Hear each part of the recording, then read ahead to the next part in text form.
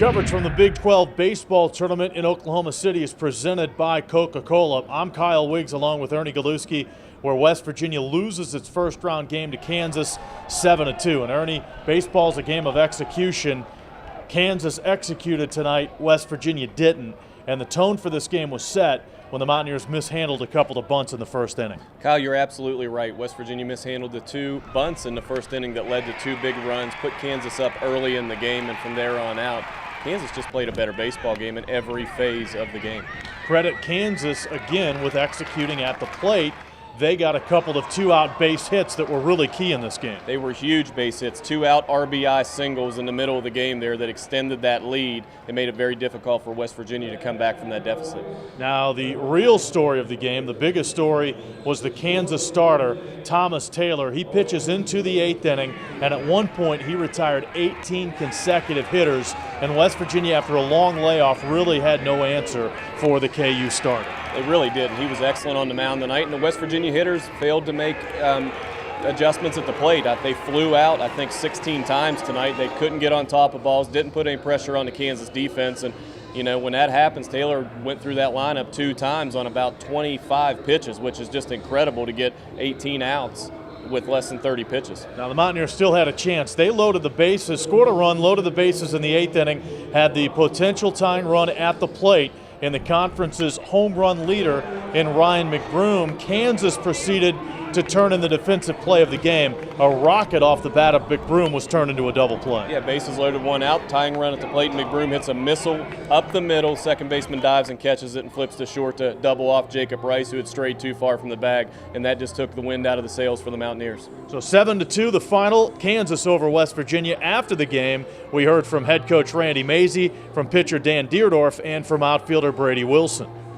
We teach our guys all the time to avoid distractions, and we've been here for a long time this week, and I've had some distractions with the community service we're doing, so that in no way played a part in anything that happened today, because I thought our guys were very focused going into it.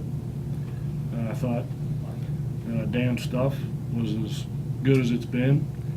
We just think the fact that we had a pretty big layoff, we hadn't played since Saturday, that's always kind of scary as a coach to have that many days off without playing, inter-squad games and seeing live ground balls, that type of thing.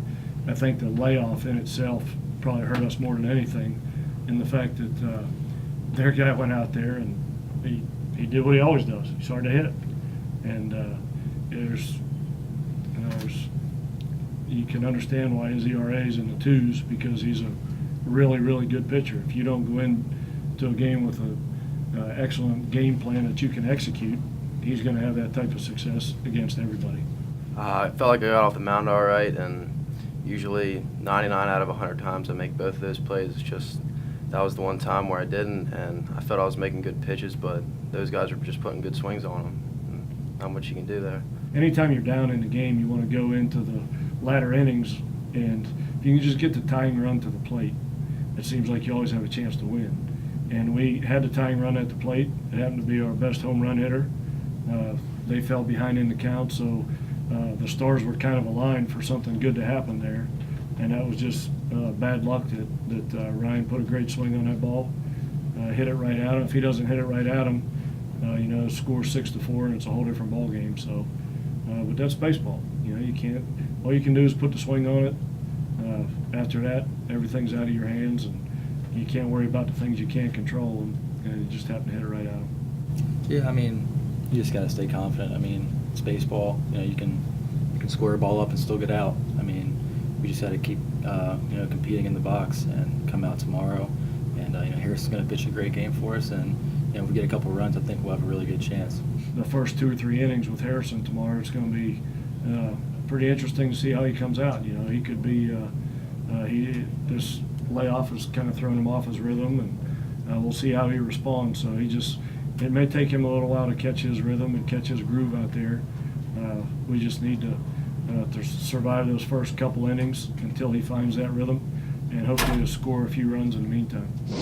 So the Mountaineers have to regroup. They still have 2 games, a minimum of 2 games left in this tournament And Ernie, they turn to the Big 12 Conference Pitcher of the Year, Harrison Musgrave, who hasn't pitched for a while, but the last time he was out there, he struck out 14 against the TCU team he'll face today. He has saved this baseball team all year. He was the Big 12 Pitcher of the Year for a reason. They're going to need him to come up big tomorrow because West Virginia, if they win their next 2 games in this tournament, which is very possible, could find themselves playing for a championship on Sunday. West Virginia will take on TCU. That game starts at 5 o'clock on Friday. Then the Mountaineers will play Oklahoma State on Saturday. The winner of this pool advances to play in the championship game coming up on Sunday.